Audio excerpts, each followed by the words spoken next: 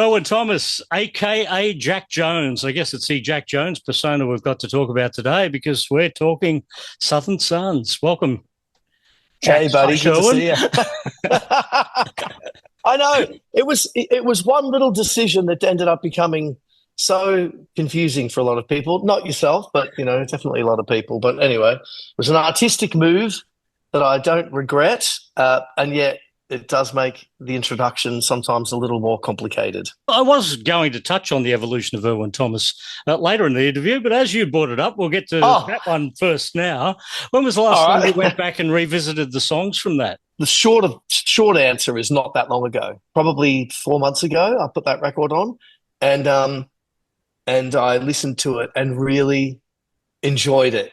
I could hear all the interminable hours of screwdriver work that we did on that record, and that record was 4 years from inception to completion, really.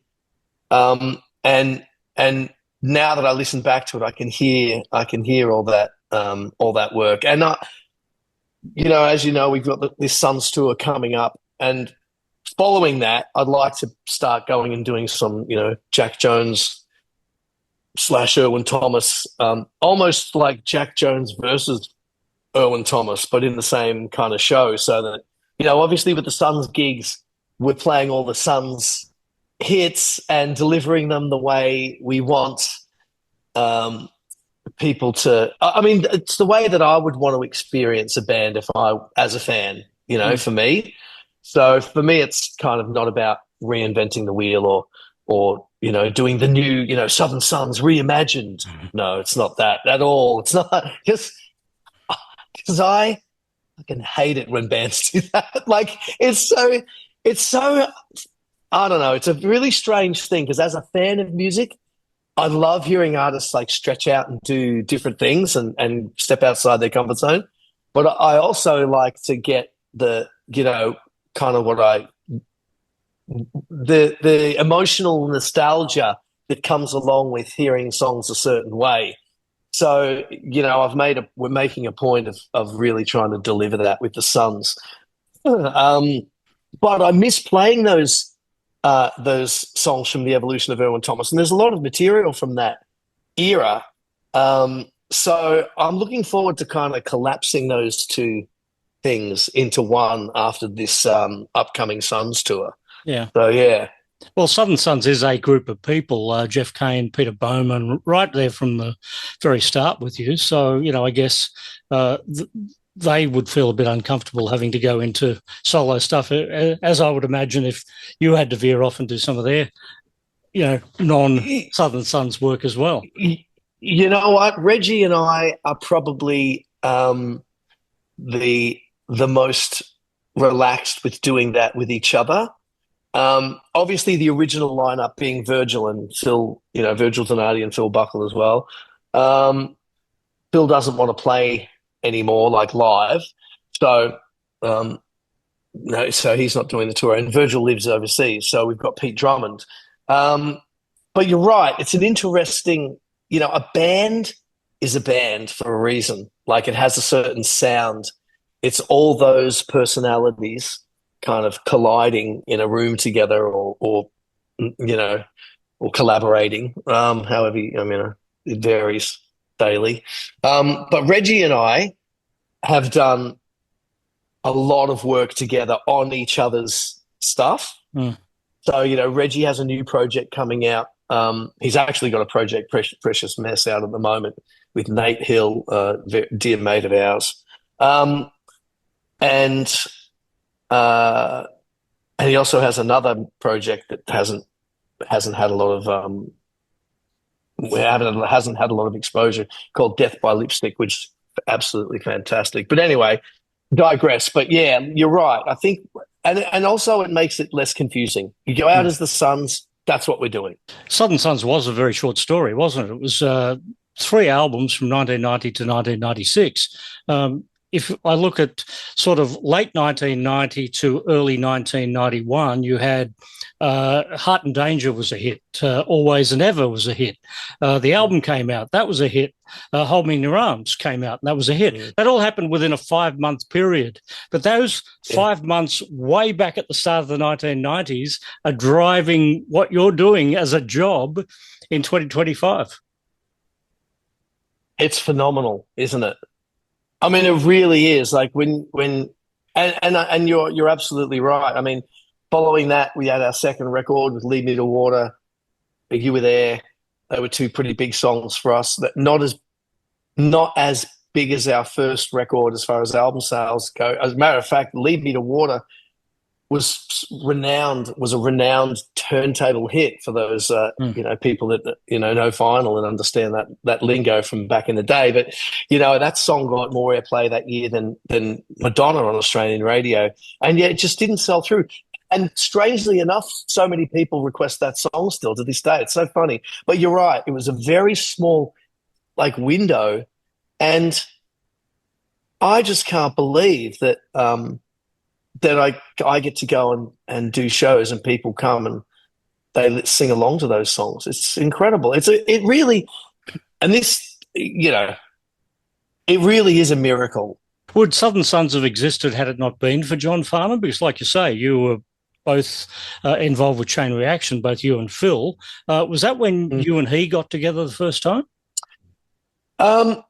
Look, I think it would have existed anyway. The band was originally called the Cutters, then it became the State, as I'm sure you know, and then after me joining the band, they wanted to sort of step away from the State identity, I guess, and do something new. So I think the band always would have existed. However, John's support isn't lost. It's not lost on me for a second. What that did for us, having us opening for him, and then having Phil and I in his band, and he was incredibly generous and very, very gracious with us every night. I mean, that was that. Look, it was definitely, it didn't hurt us. That's for sure. It didn't hurt us at all. Yeah. But I think the band always would have existed. I mean, it had a life before then, but then Phil writing with John and all that sort of stuff too. Like there was things were getting kind of interwoven, and there was a very sort of finely knit series of relationships that were all kind of taking shape during that period. Yeah, and after the Farnham, after Southern Sons broke up, you became part of Farnham's band once again at that point too, didn't you? Then it was his 50th birthday, and it, that's such a funny thing too, because John, had a bunch of guest singers come out on that. I think Ross and James and Human Nature. Was Kate on that tour? She might have been on that tour. I can't remember. Oh, Merrill Bainbridge. And Ross Fraser asked me before that tour. He goes, John would like to do a duet. Do you want to sing a song with John? I said no. And I think, I tell this story at my gigs a lot because I usually preface, I precede playing Burn For You with this story because, it is one of my great regrets of my career, saying no, because I just was so terrified. I was absolutely terrified of John's voice. I mean, he's just people don't understand what it, and this is not me. I'm not playing like the world's smallest violin here, but it was a huge, it was just an enormous amount of pressure being compared to John. It's now I just take it as the greatest compliment of all time. Like I couldn't get a better compliment. But at the time, it was crushing. The pressure was just so, because I was just some young kid from the country who wanted to play guitar, really. And if I had to sing in a band, well, that would, then I'd do it just so I could play more guitar. So really, I had no idea of what was coming. And I mean, obviously none of us did, but But then that comparison to John was because I went, people forget that I went out every night and played with him and heard him sing at a level that's just beyond the capability of most humans. It's ridiculous. I mean, I've got story after story about that guy. We could of just things that he did so nonchalantly that demonstrated what an exceptional gift that guy has, and not just the gift, but hard work. I mean, he did things that just every night I'd just go, "Are you kidding me?" Like, so getting compared to that was very, very tough for me. And I regret not doing that because I don't know if I'll ever get the chance to do that again. I wouldn't give up on him just yet, but you just never know. You just never know. And but I've always enjoyed playing for John or with John or for him or whatever. And it's always been an absolute pleasure and an honor to do it. And he's a massive part of our existence. Yeah, really. In a parallel universe, the other Jack Jones is singing it with him. I do cling on to that concept that we're all living these multiple realities, all in step with each other, and I may have jumped over to another timeline, so it may be time to jump back onto that other one. But the main lesson in all this is to not lose the lesson, which was we're all going to die one day, so don't be so precious about how intimidated you are, and just get up and have a go and have a bit of fun with it, because really you're getting invited for a reason. Yeah. John wasn't inviting me to humiliate me. He was inviting me to sing a song with him. And I should have just said, yeah. I should have just gone, yeah, what a great idea. Oh, can we take it down to semitone? He probably would have been fine with that. But I was just so terrified by the prospect of singing next to who I consider to be the greatest singer of all time, like ever. Let's talk about another band, because you're such a great front man when you're out there fronting Southern Sons. But when I see you with Noiseworks, you seem to be having just as much fun doing that as fronting your own band. I absolutely loved that experience. Like it was a really fun experience. And when I think about it, I mean, I love playing guitar. Like that's not a secret. I've never kept that under wraps. It was really my dream always to just play guitar. That's all I really wanted to do. And to pay homage to Chet, with that original lineup, to me, held a lot of integrity, and there was a lot of integrity and authenticity in that group of people. And we all would have preferred Chet being there for all the obvious reasons, but it was a real celebration of him, at least from where I was coming from, and I considered it an honor and a privilege to do that.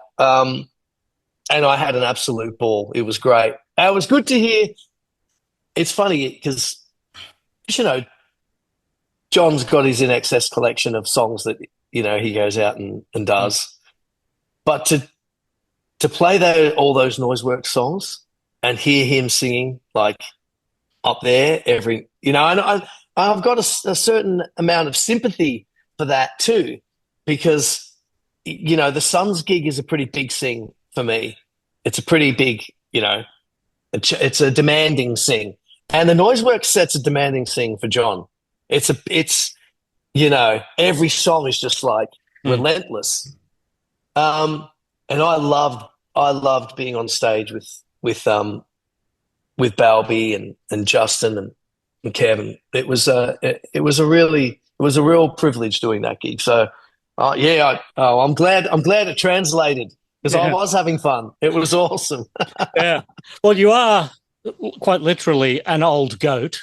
a Capretto, the Fabulous Caprettos, the super group. That must be a lot of fun, because you only really have to concentrate on about 4 of your own songs, and then they all concentrate on 4 of your own songs. Then you do a few covers, and you've got a set list. You're right, and it's really, I absolutely adore those guys. I love every one of them in my own special way. Love Gleeso. I mean, he has come into this because it's not an easy thing to sort of step into for everybody. Some people just do it. He just organically stepped in. Daryl wasn't as, I mean, we of course we all love Daryl. He's incredible. But I just don't think it was his thing. I think it was fun for us to do it, but I think he just had to get back to doing his own thing. But I just enjoy the experience of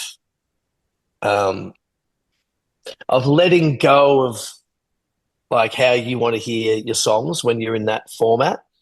So when we're together, everyone kind of just plays everyone else's songs, and if there's certain key elements to them, then they'll be directed by whoever the artist is for their particular songs at the time.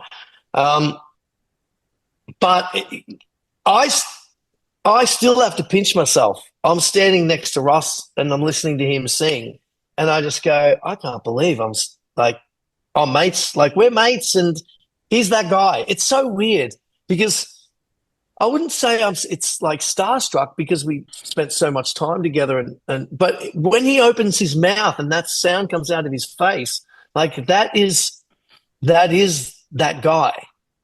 And I still have moments like, and we got to write a couple of songs together. I got to produce a couple of songs for us, and I mean, there's a few things sort of ticked off your bucket list right there for me. So I love doing that gig, and obviously Ray is a genius. We all know that he's just out of control. And when he's not playing with Joe Satriani and the Merc and Sammy Hagar. And Sammy Hagar. it's nice, but that he's not playing with Joe Satriani and Sammy Hagar. He's playing with me. we get to borrow him for 4 weeks of the year, and it's bloody great. So it's not, again, these things aren't lost on me.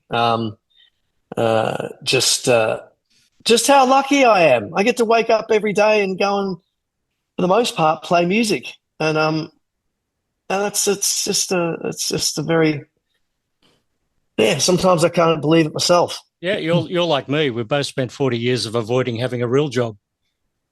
Dude, I know. And look, there was a 15-year period there which was very challenging, and I don't know if you experienced it. It seems a lot of people in this business kind of do, where they're finding, I don't know, maybe for us it was when a lot of people went and had children and had to stay home and didn't go out for. It's so funny because I can almost set to the calendar when the Suns kind of finished, and then there was a little sort of lull, and then there was a big lull, and maybe it's, look, I don't have the benefit of knowing both sides of this. There are bands that just kept going, like even when the band kind of finished, they just kept going in some sort of form or another. We didn't.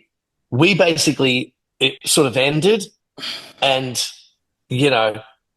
and then I sort of walked into a world of like a whole bunch of other things, and it took a long time to start getting some regular gigs again.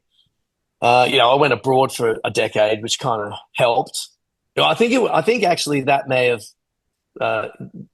have really been of benefit to me, leaving for a while, just disappearing.